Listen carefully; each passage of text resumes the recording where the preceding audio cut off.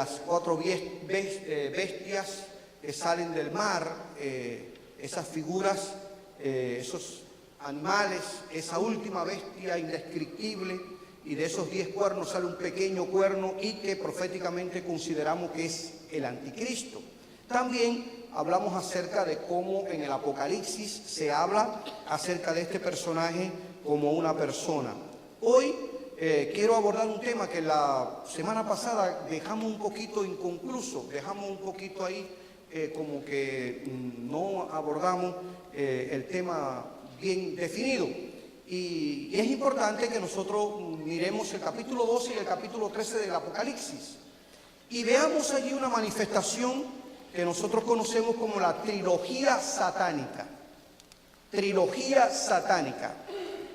Hay que entender, hermanos, que Satanás es un falsificador sobre todas las cosas. Y es la razón por la que usted ve cuántos maestros o profetas o pastores o predicadores utilizan el engaño y son realmente maestros del engaño, y el diablo logra filtrar herejías que tienen apariencia de piedad, pero que realmente no es verdad.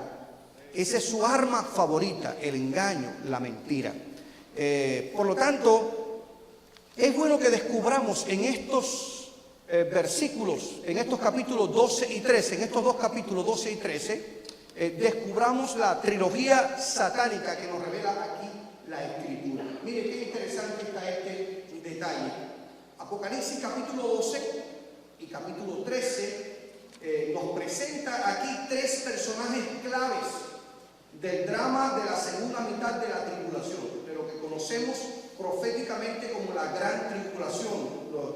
Esos 7 años conocidos en la historia o reconocidos en la escatología como los últimos 7 años en el cual el anticristo establece un pacto con el pueblo judío, y eso lo vamos a estar mirando un poco más adelante. Pero aquí estos tres personajes o miembros de esta trilogía se revelan y nos dan una idea de una trinidad perversa que se opone al Dios verdadero y al pueblo de la tierra. Yo quiero que usted vea conmigo, mire, Apocalipsis capítulo 12, versículo 3.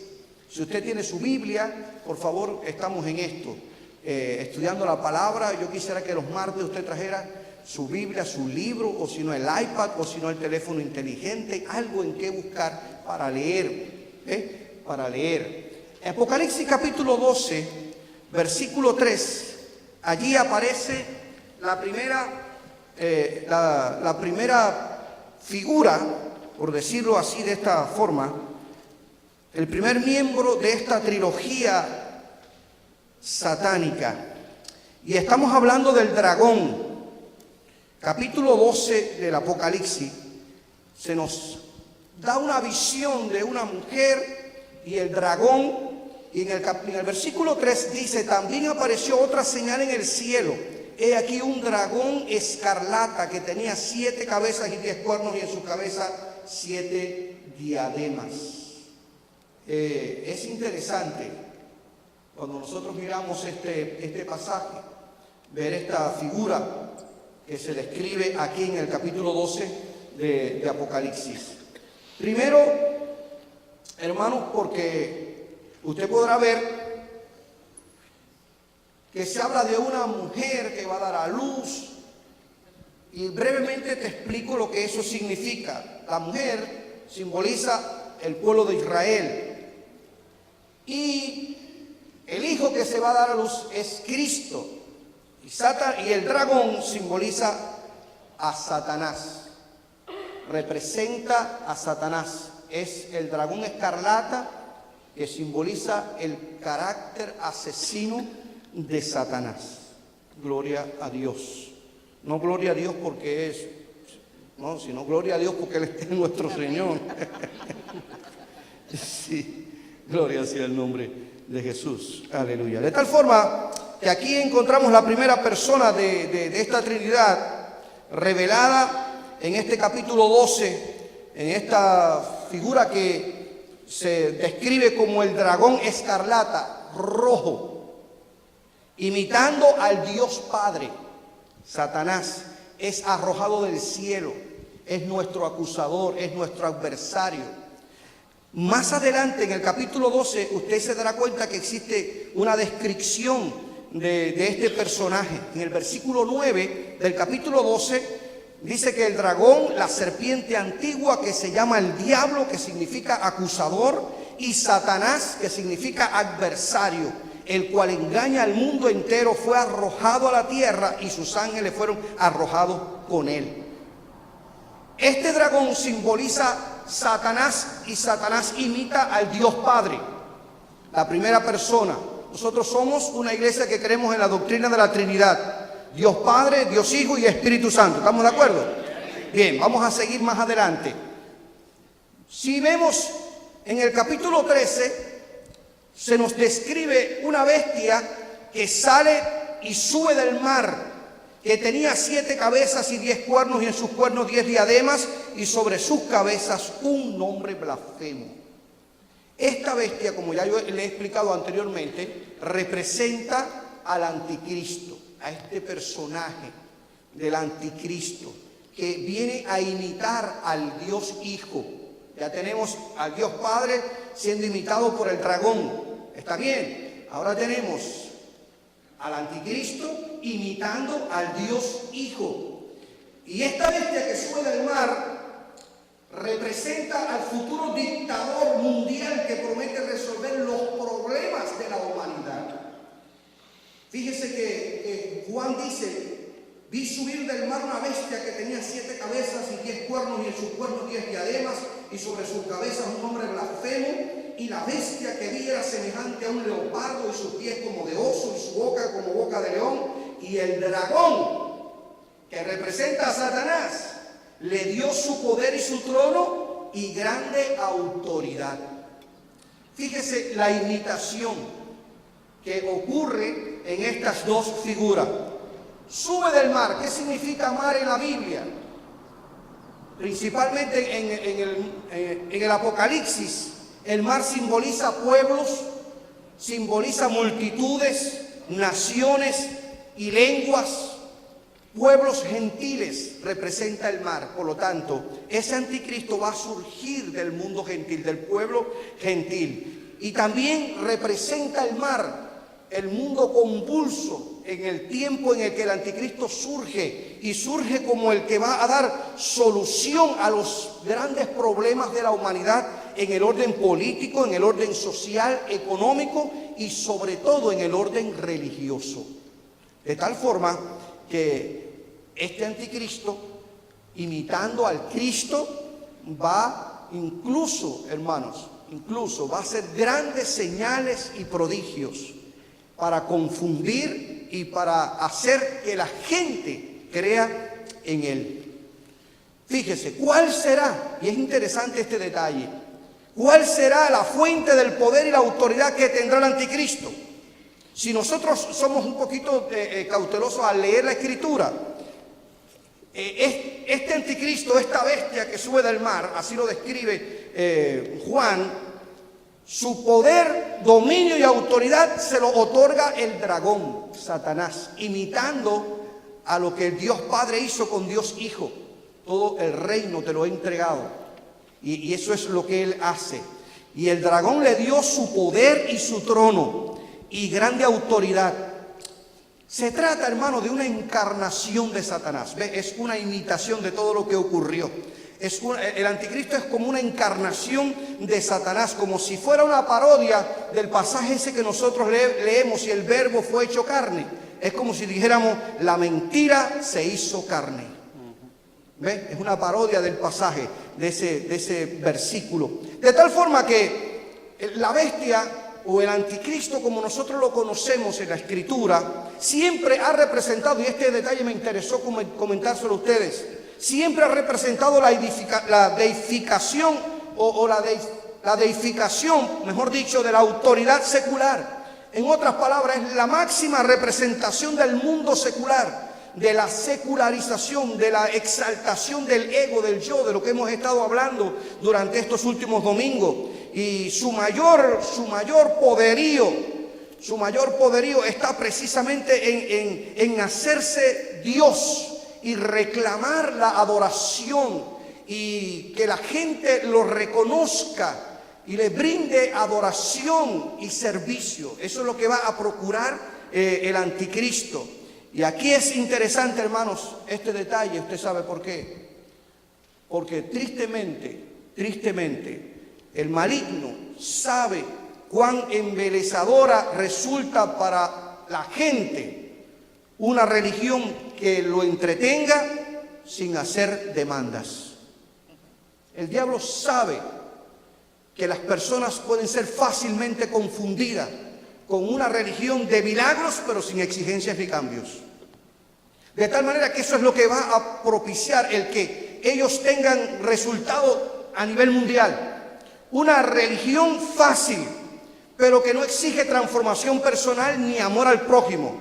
Ese es el espíritu que en estos momentos está dominando el mundo, tristemente. Y es lo que Pablo profetizaba o le decía a Timoteo en una de sus cartas, que una de las características de los hombres de los últimos tiempos es precisamente ese detalle, hermanos, en que no procurarán un compromiso con Dios, se buscarán gente que le hable lo que ellos quieren oír. Y eso es lo que va a ocurrir en la manifestación de este anticristo que estará falseando al Dios Hijo. Y el tercer elemento que quiero mencionarte es el que aparece precisamente en este capítulo 3 de Apocalipsis, a partir del versículo 11, conocido como el falso profeta, que viene a imitar las obras del Espíritu Santo. Y ahí tenemos la trilogía satánica. El dragón representa a Satanás, Dios Padre. El anticristo representa a Dios Hijo. Y el falso profeta representa al Espíritu Santo. En esta bestia que sube de la tierra, esa bestia que sube de la tierra, reconocido en Apocalipsis capítulo 16 y otros versículos más, es el falso profeta. Este estará falsificando, hermanos, las obras del Espíritu Santo.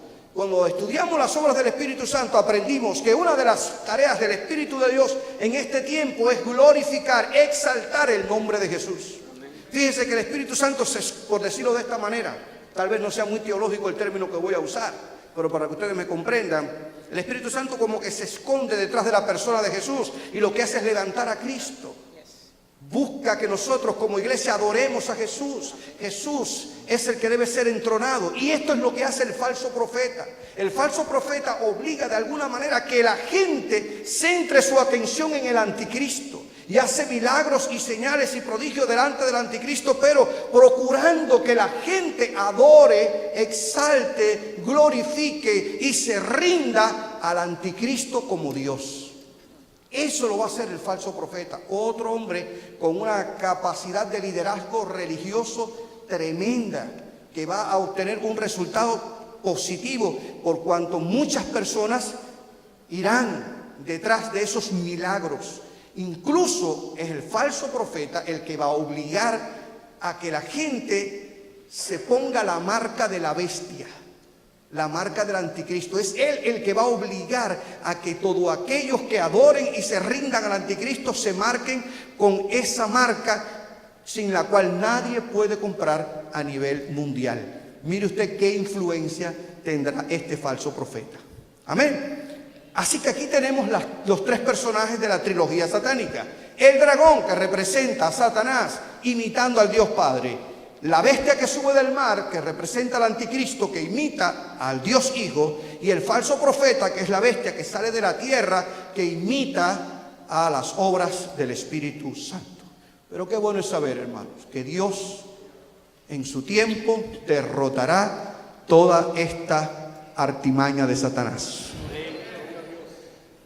Porque no tendrán total y absoluto dominio, sino que Dios cumplirá sus propósitos. Decimos gloria a Dios por esto. Aleluya. De tal forma que quería hablarle de este punto, porque quedó un poquito, solamente lo traté así someramente y quería hablarle sobre este particular. Pero quiero volver al anticristo, a esta bestia que sube del mar, con esta caracterización que da, y quiero hablarle de la nacionalidad del anticristo. Son algunos detalles interesantes que debemos ir conociendo, como también su carácter y su personalidad. Veamos entonces la nacionalidad del anticristo. Hay una lucha tremenda en saber, porque a todos nos gustaría saber cuál es el nombre, cuál es el apellido, de qué país viene, cuánto va a ganar. Es que nosotros somos curiosos, ¿no es verdad? Bueno, hay algunos detalles interesantes que la Biblia nos revela y que nosotros vamos a hablar de acuerdo a las diferentes corrientes teológicas o a la manera en cómo se interpreta estos últimos acontecimientos. Nacionalidad del anticristo. ¿De dónde surgirá? ¿De dónde vendrá? ¿Quién será? Existen muchas opiniones del origen del anticristo. Y yo les voy a plantear les voy a comentar las que más se conocen para que usted tenga una idea general de lo que se está hablando. ¿Estamos de acuerdo? En sentido más general. Vamos a revisar alguna de ellas. Si nosotros analizamos Apocalipsis capítulo 13, versículo 1, dice que esta bestia sale ¿de dónde? ¿De dónde sube? Del mar. Si sube del mar y el mar representa a los pueblos y las naciones gentiles, por lo tanto el anticristo ¿qué tiene que ser? Un gentil. Debe ser un gentil. ¿Es cierto o no? Si usted va después a Apocalipsis 17, 15 se dará cuenta lo que eso representa. Así que la primera opinión que surge de este capítulo 13, versículo 1, es que el anticristo debe ser un gentil.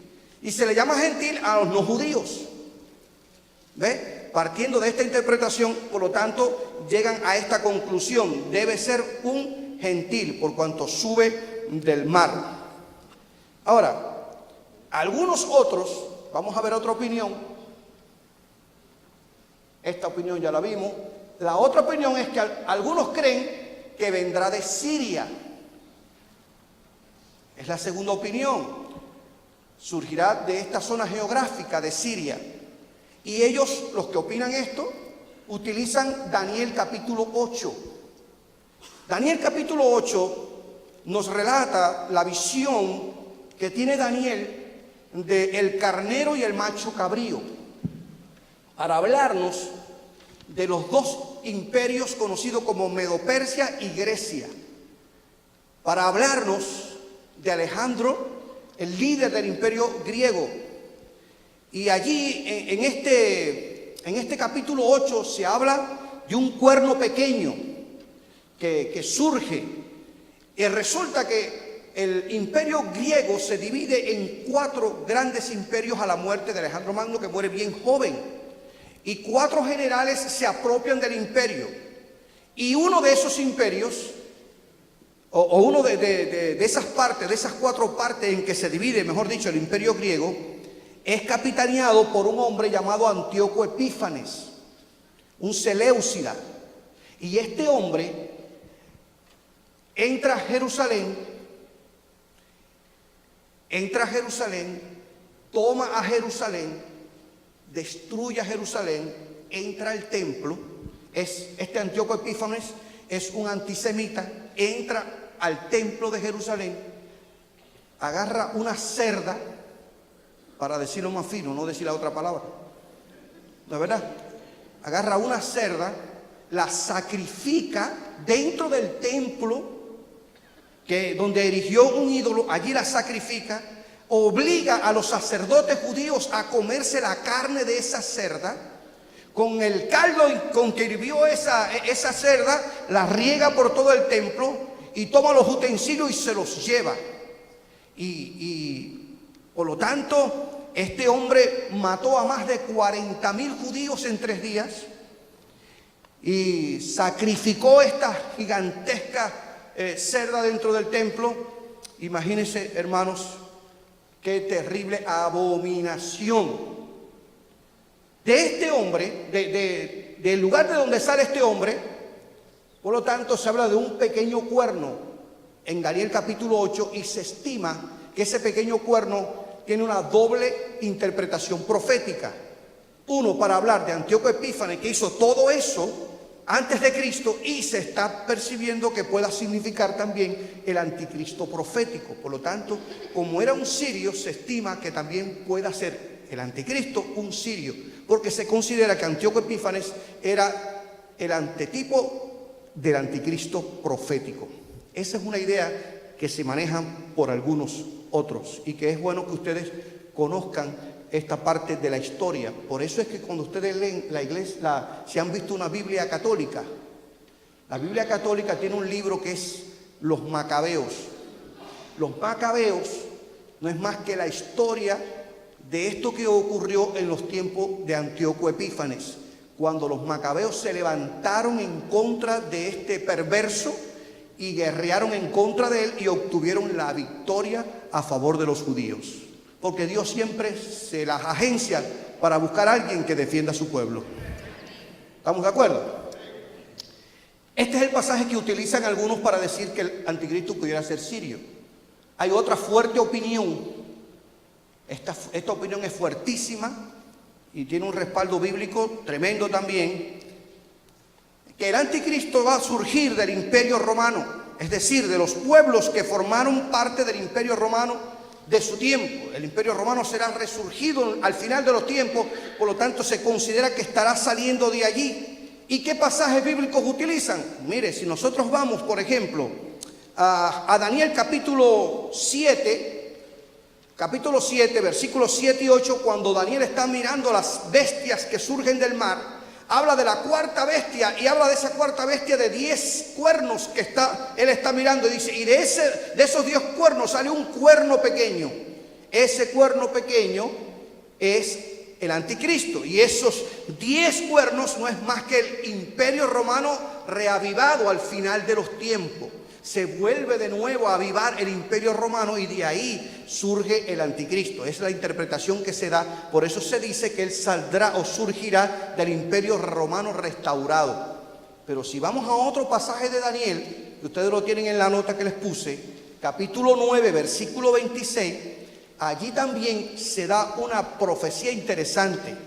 Y el pueblo de un príncipe que ha de venir destruirá la ciudad y el santuario, y su fin será con inundación, y hasta el fin de la guerra durarán las devastaciones.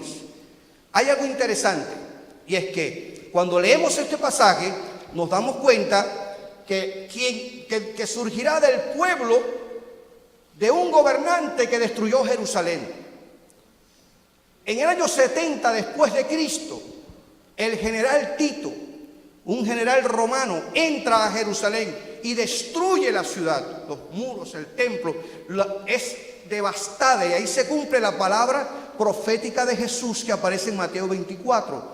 La ciudad es desolada, es destruida. Por lo tanto, allí en Daniel 9:26 dice que el anticristo surgirá de la ciudad o del pueblo o de la nación de donde salió ese gobernante que destruyó Jerusalén. Y por lo tanto Tito era un general romano que destruyó Jerusalén. Esta es la consideración de los que dicen de que surgirá del imperio romano restaurado. Ahora, otros, mire cuántas opiniones, otros consideran que será de nacionalidad judía, será un judío, porque para que el anticristo sea aceptado por los judíos como Mesías, debe tener una ascendencia judía.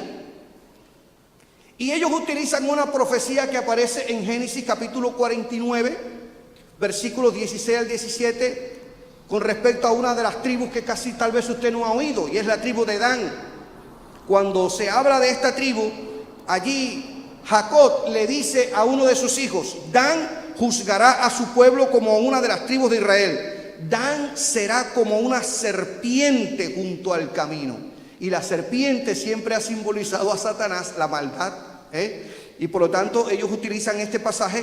Dice que será como una víbora junto al sendero que muerde los cascos del caballo, de modo que su jinete caiga hacia atrás. Los que consideran que el anticristo va a ser judío utilizan este pasaje. Lo cierto, hermanos, que al no existir una definición exacta, todo lo que indica estas interpretaciones, nosotros sabemos con seguridad, al mirar todo esto, que la historia indica que cada una de estas profecías va a armonizar cuando el anticristo aparezca.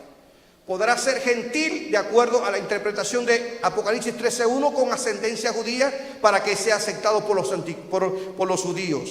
Lo cierto es que va a venir, sea de los judíos o sea de los gentiles, sea sirio o sea romano, va a venir y va a gobernar al mundo, y Cristo lo va a destruir con la espada de su boca.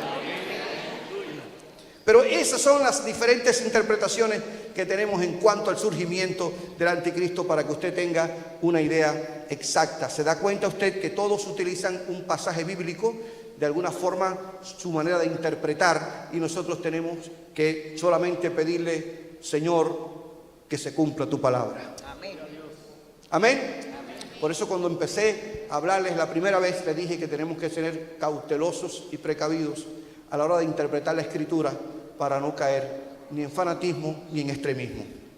Amén. Gloria a Dios. Ahora, quiero en los minutos que me quedan hablar de las características personales del anticristo.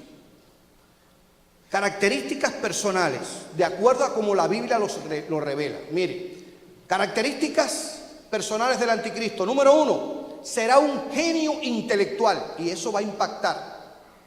Va a impactar, porque no será una persona con una mentalidad de la década del 40 o del 30 o del 20.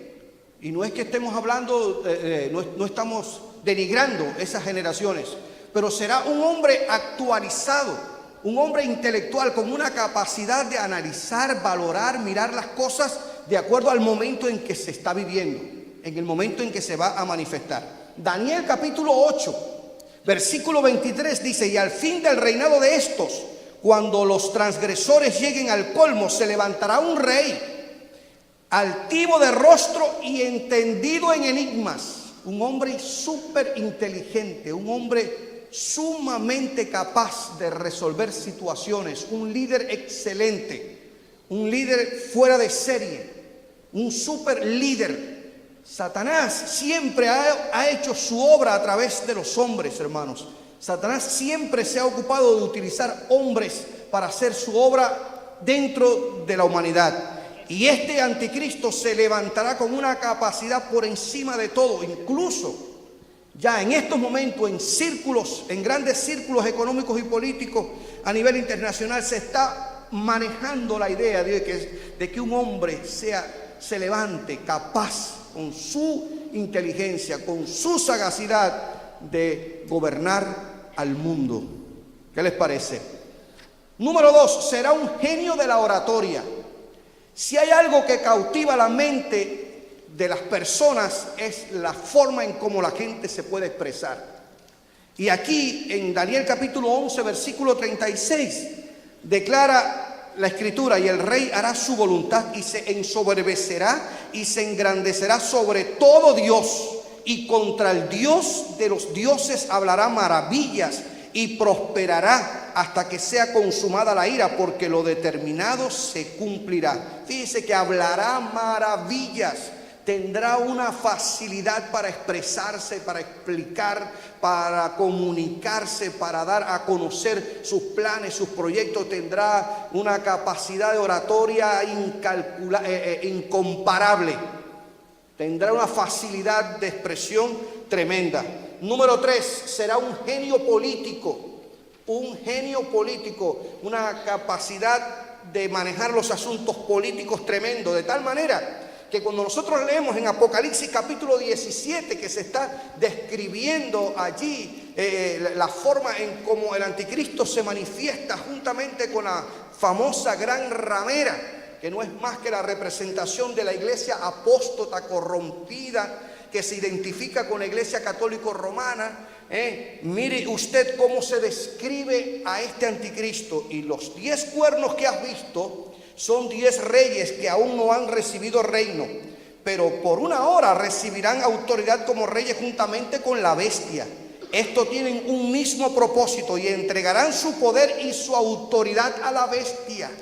Esa conflagración de naciones entregarán su autoridad a la bestia, porque será un genio de la política, de tal manera que se sujetarán a sus ideas, criterios, opiniones, y él establecerá su gobierno de una manera hegemónica, y ellos estarán subordinados a las decisiones que él tome. Mire usted qué capacidad tendrá este personaje, que incluso derrotará a 3 reinos y él se establecerá. Aparece como un hombre de paz al principio, como todas las cosas. Hay quien no se presenta siempre como lo que es, y esa va a ser una de las estrategias del anticristo. Se va a presentar como un hombre de paz, pero después se va a revelar como lo que es. Otra cuarta característica del anticristo es que será un genio comercial. Y ya nosotros ahorita hacíamos mención acerca de la famosa marca del anticristo, que tanto se habla, que tanto se dice, del 666, ¿no es verdad? La marca de la bestia y tantas interpretaciones que se le da y tantas cosas que se comenta acerca de esto. Lo cierto es que esta marca va a demostrar que el anticristo tiene una capacidad de administración económica fenomenal. Imagínense que a nivel mundial, él logrará controlar la economía, no solo de los países, sino de las personas como tal. Porque quien no tenga esa marca no puede ni comprar ni vender. Mire qué nivel de control hegemónico. Se va a echar por tierra, dicen algunos comentaristas que se va a echar por tierra las propiedades privadas. Todo va a ser un gobierno autoritativo, bueno, de autoridad total y absoluta, como especie de un gran comunismo mundial. La marca de la bestia casi viene siendo como la letra que ya pusieron en Venezuela, que está en Cuba, para poder comprar. Si no tienes la marca no puedes comprar, no puedes vender. Fíjese qué capacidad de control económico va a tener este hombre, qué capacidad de administración. Pero además dice que será un genio militar. Será un genio militar. Y la bestia que vi era semejante a un leopardo, y sus pies de oso, y su boca como boca de león. Qué interesante. Si usted va a Daniel capítulo 7, las primeras 3 bestias que ve Daniel, él las describe como un león, como un oso y como un leopardo. La ve en sentido opuesto. Daniel ve el león, que representa a Babilonia, ve al oso, que representa a Medo-Persia, y ve al leopardo, que representa a Grecia. Quiere decir que estas 3 capacidades imperiales va a caracterizar a este hombre. Qué capacidad, qué genio militar, qué estratega, qué hombre, hermano, fuera de liga en el orden del conocimiento y estrategia militar que va a estar estableciendo a nivel mundial, que aquí se describe así, de esta manera. Y sexto, será un genio religioso. Y eso debe advertir a algo interesante, porque dice que, segunda de Tesalonicenses, cuando el apóstol Pablo lo va a describir, dice: se opone y se levanta contra todo lo que se llama Dios o es objeto de culto, tanto que se sienta en el templo de Dios como Dios, haciéndose pasar por Dios.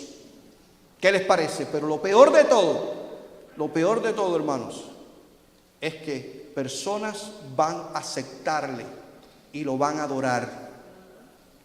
Porque lo triste, como yo les dije la semana pasada, es que movimientos religiosos como la Nueva Era, movimientos ecuménicos que no andan mirando absolutamente ninguna diferencia y piensan que lo mismo es Mahoma que Jehová, Buda, Changó que Jehová, no hay diferencia, es un mismo Dios pero con diferentes nombres. Eso no es más, hermanos, que el germen del ecumenismo religioso. Y yo creo que usted esté atendiendo con eso, porque no todos los caminos conducen a Roma en el orden religioso. El único camino a Dios es Jesucristo. Y esto lo va a lograr el anticristo, porque va a echar por tierra toda la obra de regeneración que Jesús y de redención que Cristo estableció, porque ese es uno de sus propósitos.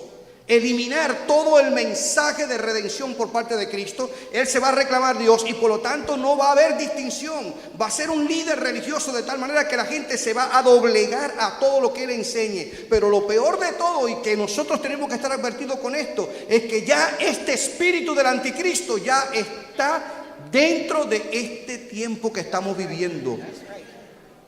No se asuste cuando usted oiga esos detalles.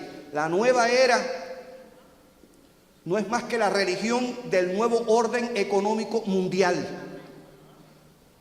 que tiene como soporte el ecumenismo. El ecumenismo es una iglesia, una religión mundial, No importa cuál sea tu credo, no importa que tú seas musulmán o islámico, no importa que tú seas budista, católico, romano, practicante o no, pentecostal, no importa que seas santero o bilonguero, no importa en qué Dios tú creas, tenemos un común denominador y es que creemos en alguien. Pero eso no es lo que la Biblia nos enseña. Eso no es lo que la Biblia revela.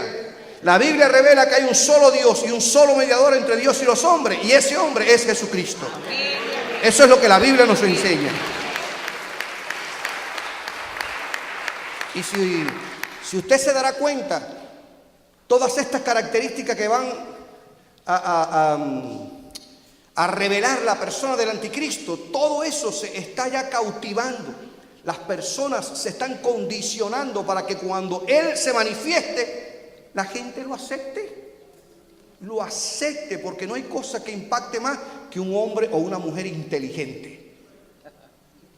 Un hombre o una mujer que dé soluciones en el orden de la oratoria, que se exprese bien. Usted se queda extasiado. Wow. Es como que lo estuvieran meciendo en una hamaca, ¿no es verdad? Qué bonito habla. No me gusta su nariz, pero qué bonito habla. Porque eso impacta, eso es una realidad. Y el genio político, oye, qué clase de capacidad de análisis tiene en el orden político, en el orden militar, las estrategias, esa capacidad de administrar. Hermano, todo se está condicionando para que el anticristo se manifieste. ¿Amén? Hay algunos detalles que yo hubiera querido compartir con ustedes, pero el tiempo no me da, lo voy a dejar para la próxima semana. Pero sí quiero decirles algo. Nosotros creemos, y eso lo vamos a ver en las próximas semanas, cuando hablemos acerca de las diferentes escuelas de interpretación, acerca de la tribulación y acerca del milenio y del arrebatamiento y el rapto de la iglesia, porque tiene que ver con la época del anticristo. Nosotros creemos que no vamos a pasar la gran tribulación. Esa es nuestra doctrina. Nosotros somos premilenaristas. Creemos que el Señor nos va a arrebatar antes de la gran tribulación. La gran tribulación son los 7 años de las 70 semanas de Daniel. El tiempo en el que el anticristo se va a revelar es precisamente en estas 7 semanas, en esta última semana de las 70 semanas de Daniel. Por lo tanto, nosotros no vamos a estar bajo la hegemonía del anticristo, pero sí ahora estamos bajo la influencia del espíritu del anticristo.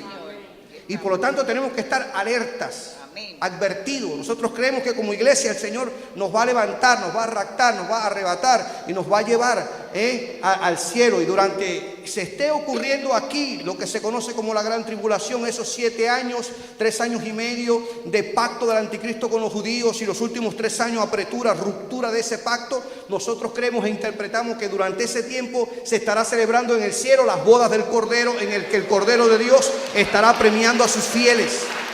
Eso es lo que nosotros creemos. Nosotros no vamos a estar bajo este gobierno, pero tenemos que estar advertidos porque dice la Biblia que el espíritu del anticristo está entre nosotros. Y todo esto que usted ha visto, seamos honestos, lo estamos observando y palpando. Y lo estamos mirando. Por lo tanto, tenemos que tener cuidado. Y es la razón por la que estoy hablando de este tema. No es solamente transmitiendo un conocimiento en lo absoluto, y es mi oración a Dios cada vez que estoy preparando esto. Son horas de estudio, pero le pido al Señor, hermanos, que como iglesia estemos advertidos, porque los últimos tiempos los estamos viviendo. Y Cristo está a la puerta. Cristo está a la puerta. Gloria a Dios. Así que la próxima semana vamos a estar hablando de los varios nombres. Vamos a estar hablando de las diferentes posiciones teológicas en cuanto a la gran tribulación, en cuanto al milenio y en cuanto al estilo y gobierno del anticristo. Confío en el Señor que toda esta serie de cosas nos sirva de ánimo para seguir creyendo que hay un solo Dios, que hay un solo mediador, que es Jesucristo. Amén. ¿Cuántos dan gloria a Dios? Alabado sea el nombre del Señor. Aleluya.